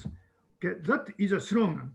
And three, approach reason why low level COVID-19 infection. Cluster based on approach group infection such as medical welfare and nightclub karaoke studio, that is isolate. Okay, isolate. So bye-bye. Okay, nightclub bye-bye, karaoke studio bye-bye. And medical, if it's something medical, so facility and hospital, the patient is independent, separate. Okay, and the government-based approach, all students joined. So national insurance, early alarm. Every Japanese people joined national health, okay, insurance. So okay, everybody checked in hospital, early alarm. Lifestyle based on approach, traditional Japanese greeting, no shaking hand, and hugging and kissing. Change. If you come to Japan, the shoes change outside, inside. Okay, shoes inside, outside for form. Japanese people character clean. Okay, everything very clean. If foreign people come to Japan, what is the impression in Japan? So mostly people, Japan is a clean road, and so every space, okay, clean is, and three criteria: state of infection, how many infection, okay, how many people infection. That is criteria, state of criteria, medical treatment structure, how many, okay, hospital, okay, so welcome, so to the hospital, okay, and monitoring station, that is checked by public sector, and 3 pillars basic strategy: early detection and early response for cluster, enhancement in intensive care, securing the medical service for all society, ill patient, behavior modification in the citizen. And next one is, now is, declaration of state of emergency, May 20, that is already, okay, so relax restriction required COVID-19. Now is basically, okay, 3 C's that the keeping, but now is okay, go to the restaurant, go to the theater, go to the baseball game in Japanese small, but that is audience reduced, okay, half or 1/3, that is reduced. And please, next one, okay,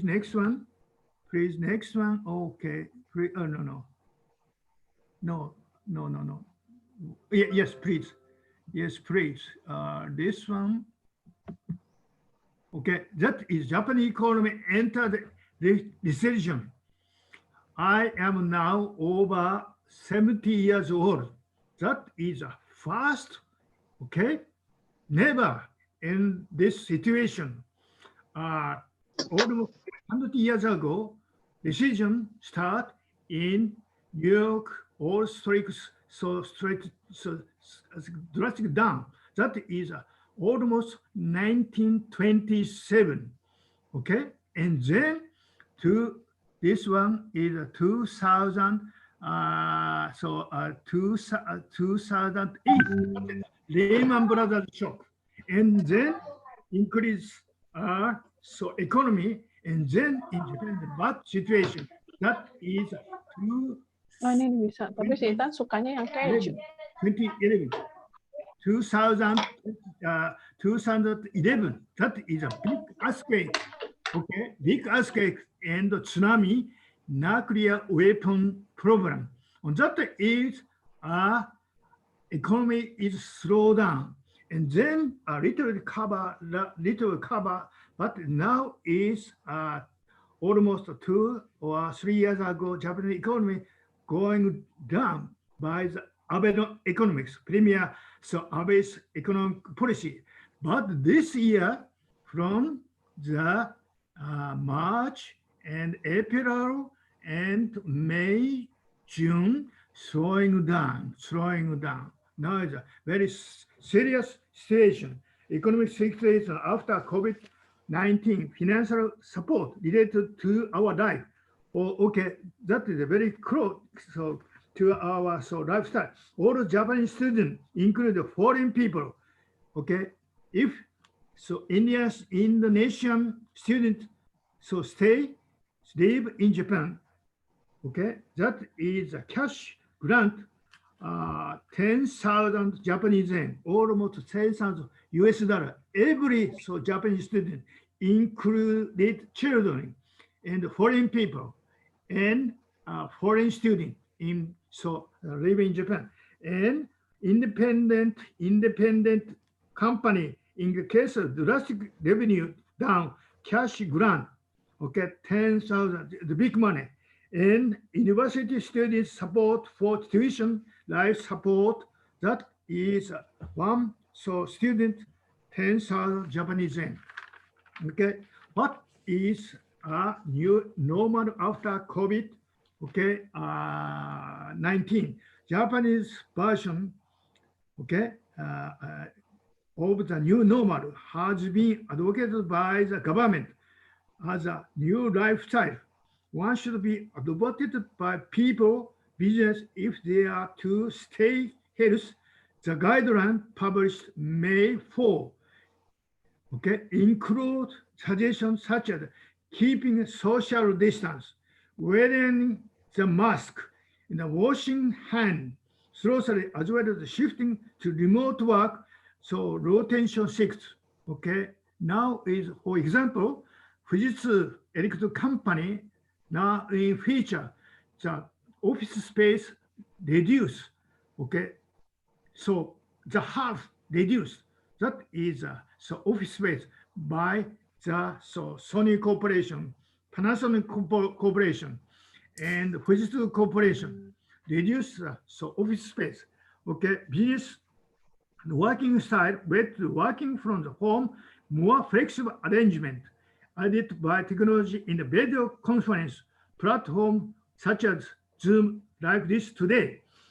The business, the rise of contact economy, the three area particular, digital commerce, change of shopping style, telephone, teledoc, health, large US medicine service, and digital commerce and automation, robot, and feature from 400 million to 800 million. That is 2030.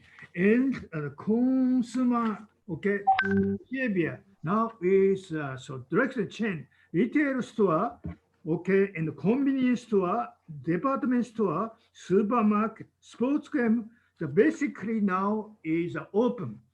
But catchphrase, mask, wearing a mask, in the social distance, and washing a hand, and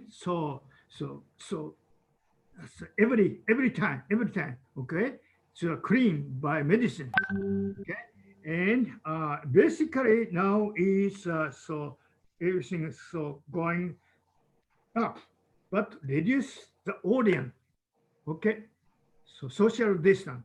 That is so in Japan is now is lifestyle normal in Japan.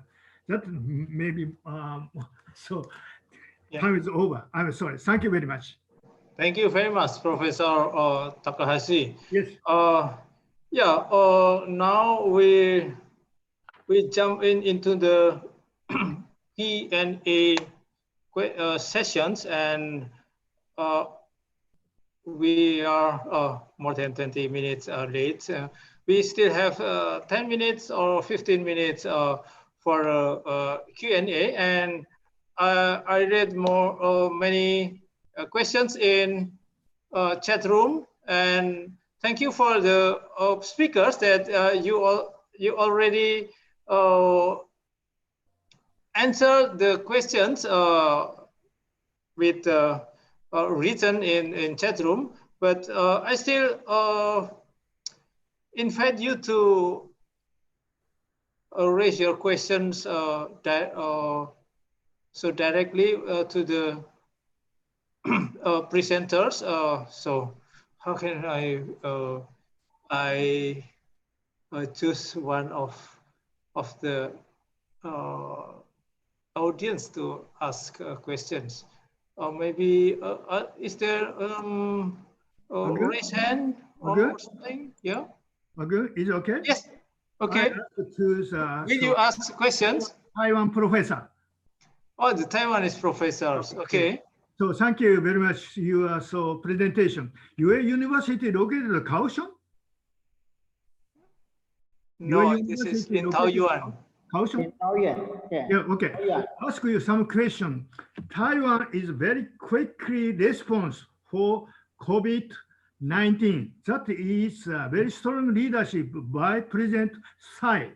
Okay, but so my friend, he is a Taiwanese. He told me, but so now is a vice president of Taiwan. He is a specialist for the product of coronavirus. Is that right? Yes. Yes. Okay. Yes. Yeah. This is also interesting that on the country which has a female president or a female chancellor successfully combating the coronavirus, comparing to the male leaders. But we don't want to discuss about that. German chancellor is the best too. So, is there someone who want to ask questions? Ada yang angkat tangan nggak ini? Saya kok nggak bisa ngeliat nih.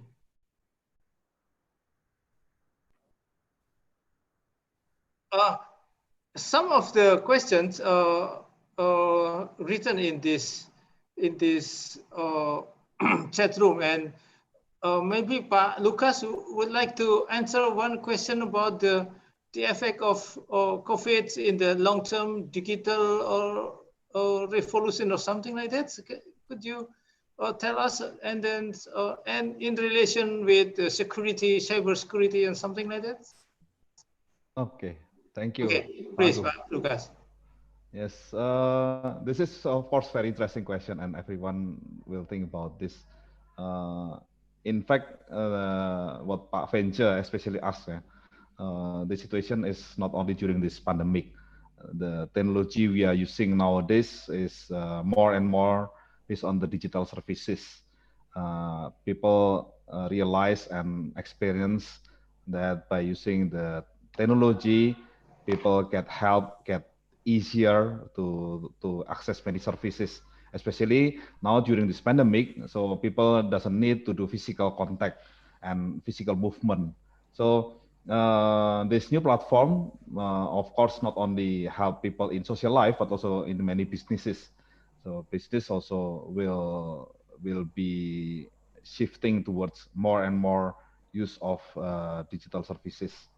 At the same time, so the criminals, the hackers, the adversaries will, of course, see this as a new field, a new world of their work. So they start to do more techniques to exploit, to find weaknesses in the cyber world and attack or misuse technologies for their benefit. So this is a challenge for everyone. So please don't think that this is the challenge only for vendors, for government, but also for every one of us. So cybersecurity is the responsibility of us, every one of us, because we are the one who is using. So although like internet banking, for instance, mobile banking, although the bank is very secure, but the device is anyway on our hand. We are the one who is using the device. So maybe due to some other applications, we chat or we accepting files through emails or internet messaging through chatting, we unaccidentally open that file. Then suddenly the malware is infecting our gadget. So that's the way. So the latest trend in cybersecurity is the attack is directly to the end user. I think technology cannot protect us 100% from that risk. So therefore, our awareness, this kind of understanding need to be always learned by everyone, especially us. We have small children, we have seniors like our parents, who are not really familiar with technologies. So we should help them in using their devices to understand the risks and try to protect them. That's in general, Pak Agung. I hope that answered the question. Yeah, thank you very much. Professor Manfred, and then after Professor Manfred, Pak Marsul. Please. Yeah, I just wanted to add one point to what Lucas very precisely described. So, for example, with the movement towards home office, I mean, many people are working from home, but the infrastructure is not prepared for that. So there is a really important issue of securing the infrastructure that will be used at home. So people now, because it came from one day to the other, now they're using their private computers, the private infrastructure. Only a few are using VPN. So that is really it's vulnerable, yeah, to have sensitive business processes being deployed through the home offices of the employees. So that is also an issue which now is under discussion very intensively here. Yeah, thank you very much, Professor Mayer, for the additional information on that. Pak Marsul, please, this is your turn. Professor Maya, Professor Maya, Professor Maya. Oh. Professor Maya yes, please. Is okay? Yeah, sure. Yeah.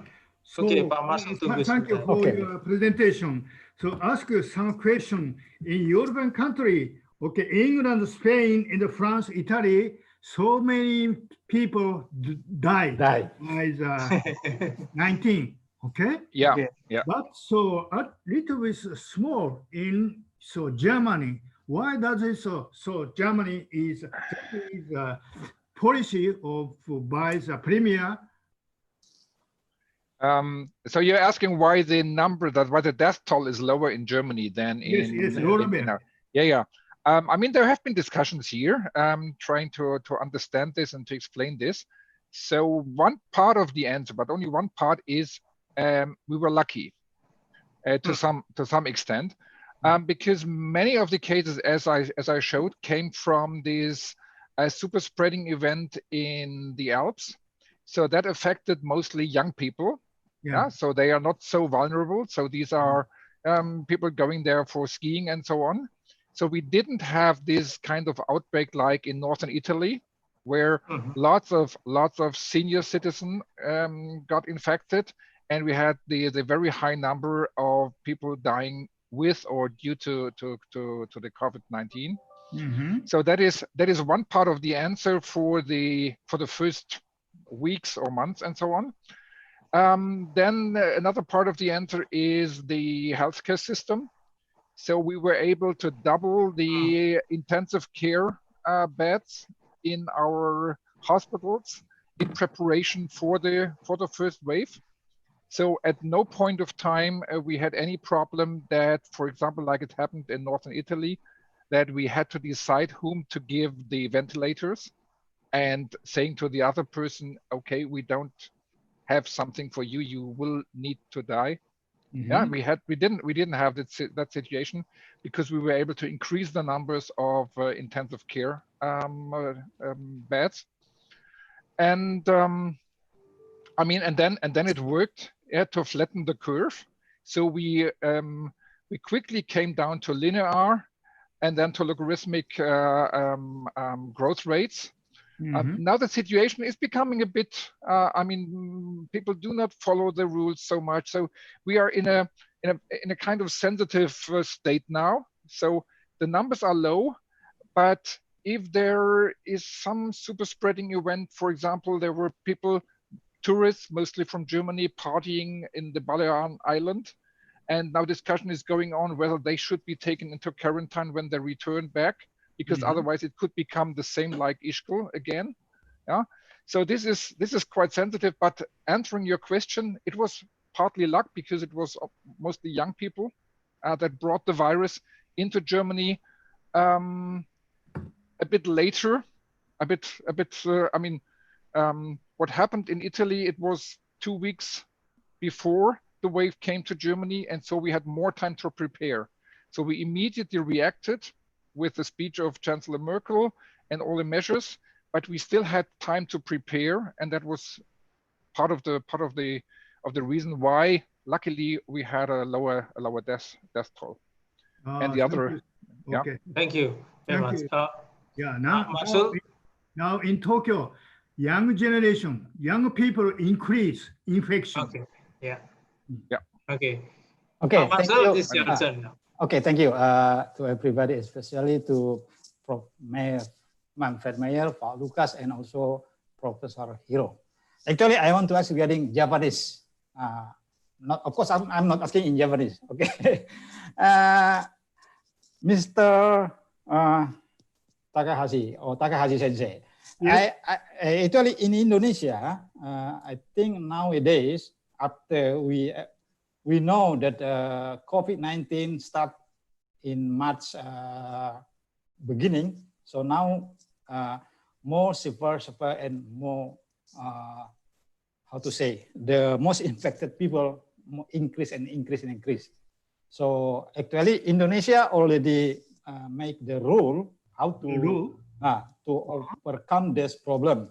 But one of the point, I think, if we compare Indonesia and Japanese, as you say that Japanese is very clean. So do you think that the cleanness of Japanese, if Indonesia can use or can implement it as in Japan, do you think that the sphere of increasing of the impacted pandemic in Jakarta or Indonesia will be reduced or not? How do you think? Yeah. Indonesia now is a little bit low, but Jakarta, how about Jakarta, downtown Jakarta area? Is that so infection increase? Yes, now increase again. Yeah. But in all the Japan, country area in Japan, okay, the Kyushu, Hokkaido, and so country area, that is very low. Still now is very low. But downtown Tokyo, only Tokyo areas increase till now. That is mostly young generation, because young generation, young people to go to the gathering place such as disco, okay, karaoke, and restaurant. Yeah, that is a reason why still now is so infection in Japan is still increased. Now it's a bad situation. Okay. Okay. Last month, in July, past, so beginning of July, that is very low, but still it will increase Tokyo area. That is maybe so second wave in only Tokyo area, not country area. Okay. Okay, thank you. In my opinion, actually, one is of physical distance already all the world knows about this. So why Japanese is a very, very small, even if you compare to the advanced country like say, Germany, Europe, and other. Of course, also Japanese is still less. Yeah. So I think, in my opinion, also, I think this is also due to the clearness of Japanese, even in the house, in the city, or over the Japanese. I think, do you think so? Yes, yes. So maybe I think that is a character of the Japanese people. Okay, Japanese people keep clean, and also not the lockdown, but Japanese people keep self-regulation. Okay, self-independent. Okay, keep cleanness. Okay, and so social distance. Everybody. Okay, take a mask. That is maybe Japanese student character. Okay, thank you very much, Professor Hiro. Yeah, thank you very much, Professor Hiro. Yoroshiku onegaishimasu. Is there any comments or questions? Yeah, and the time we are 7 minutes more than the schedule. If there is no other questions, because the presenter already very active answering the questions through in the Zoom group chat. So maybe we can close our presentation, our webinar now. And yeah, I would like to invite the speakers to give a very short closing statement, starting from Professor Manfred Meyer. Please, Professor, give your closing statement. Yeah, Agung, thank you very much. I very much enjoyed this session. So as I mentioned at the beginning, so that gives the opportunity to reach a broader audience than with the physical infrastructure.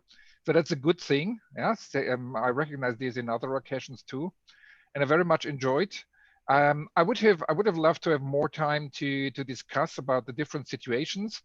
Yeah, summarizing, as I try to make the picture of this battle against the virus and where are we standing. So I'm afraid we are still in the first half time. So there is much lying ahead, and it will take years to really establish that what we are calling the new normal, and it will cause lots of effort to adapt to the situation. So my early dream that it will be over in a few months and then I can start traveling again and all these things. Yeah. That's not likely to come true, which is very sad especially for our project that Agung and me are working on, bringing students together. But we have to adapt, and I wish all of you personally and my fellow speakers and hosts good success in mastering this endeavor and this challenge. Thank you. Thank you very much, Professor Meyer. Professor Hari, please. Okay. Yeah, I think I would like to emphasize about this digitalization. Yeah, because this from the COVID-19 we learn maybe in the next future the traditional manufacturing will go to the digitalization manufacturing because there's some benefit. Yeah.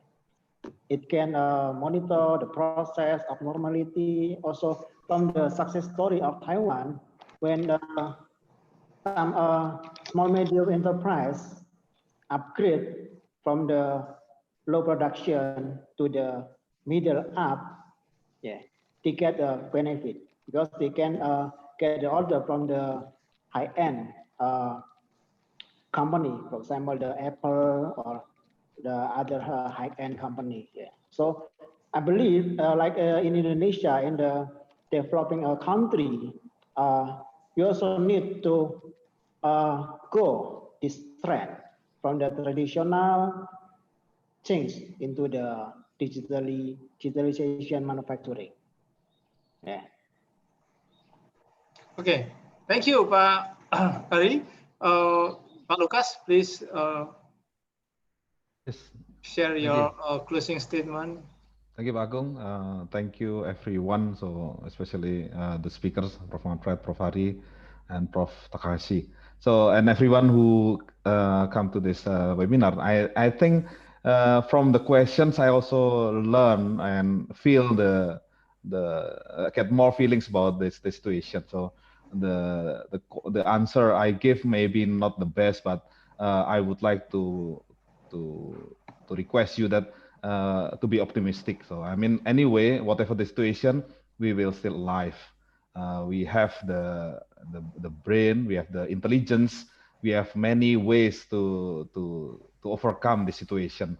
So as Manfred mentioned, so every one of us, of course, we dream of this nightmare pass, and then we can start a new way. But then we cannot rely on that dream. So we have this technology, as mentioned also by Prof. Haryanto.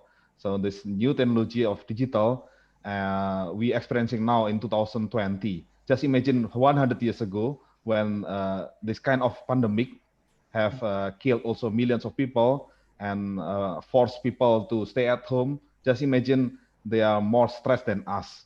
They cannot communicate, they cannot work. But now we still able to communicate anyway, and we can still produce something useful for us, for the family, for the community, for our future life. So let's use our every one of us. We have something, so let's think about what can we do rather than complaining and what's this cursing the situation.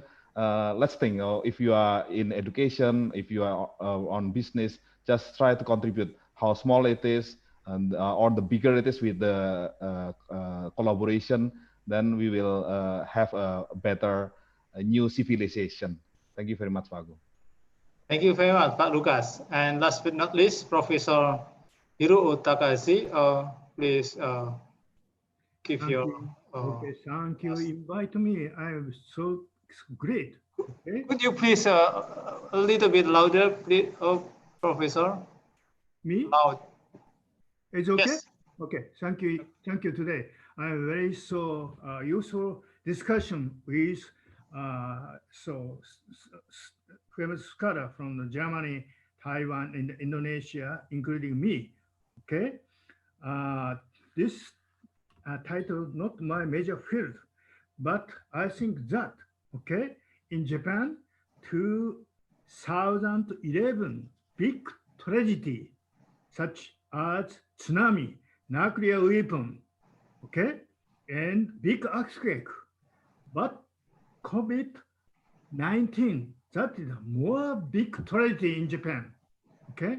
Japanese, so economy now is drastically down. How to recover Japanese economy does not recover without so world economy recover.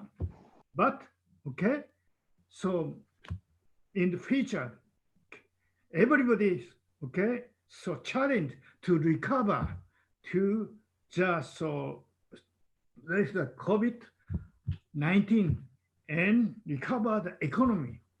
Okay, that is well more important factor all together. Okay, action, hand, and think about how to okay keep in this situation more okay so nice good situation in future. Anyway, today so I am very grateful so discussion with Indonesian scholar, and also very thanks for the coordinator of Professor Agung. Thank you very much. Thank Okay. you. Thank you. Yeah. Thank you very much for all of the presenters and also your great participation in this webinar. So please give a big applause to all of the presenter and for all of us. And last but not least, I would like to say that let's us hand in hand combating the coronavirus, the pandemic together, no matter where you are in every corner in the world. Please follow all of the protocol, physical distancing, and then also using mask. And Pak Fadi Ahmad is already using this mask. Yeah, and respect others, and we hoping that we can soon combating this pandemic, and we can traveling again to Germany, to Japan, to Taiwan, and everywhere in the world. Thank you very much. And for the last announcement, please, those who do not fill out the feedbacks, please do now. And we will send the e-certificates and the materials tomorrow or tomorrow after. Thank you very much and have a nice day. Be safe and healthy. Yeah. Oh yeah, thank you. And photo first. Take a picture. Take a picture together. Please turn on your video together, and then we take a picture. Maybe Dian, could you please to take the screenshot picture? Siapa ini yang anunya bagus ya, yang laptopnya bagus. Okay, thank you. 1, 2, 3, cheese. Yeah, and the next, how to change to the next There are several pages, Pak Agung. So maybe taken there are four pages, 3 or 4 times. I don't know how to. On the right, there is a arrow to move to the second page. Okay. On the right. Yeah, moment, please. Yeah. Oh, yeah, the second page. Yeah, there are 4 pages. This is the second page. Yeah. Hello, all of you. Cheers. Yeah. Thank you. Yeah. Thank you very much. All of the presenters and the audience, and thank you also for BSDA and the deans and head of the programs. Thank you for your participation and for your support. And MBA program, MTM, and Master of Electrical Engineering would like to say thank you to all of you. And maybe if you are interested to join our master program, please go to the Atma Jaya website. There are a link about the next enrollment. We still have 2 batches for enrollment test. Thank you very much, and bye-bye you all. Bye-bye. Terima kasih. Terima kasih. Oh, vielen Dank. Vielen Dank, Dankeschön. Ja, Dankeschön. Arigato gozaimasu. Arigato gozaimasu. Xie. And matur nuwun. And matur suksma. Terima kasih semuanya. Oke, bye-bye. Ya. Sampai jumpa lagi. Ya, bye-bye.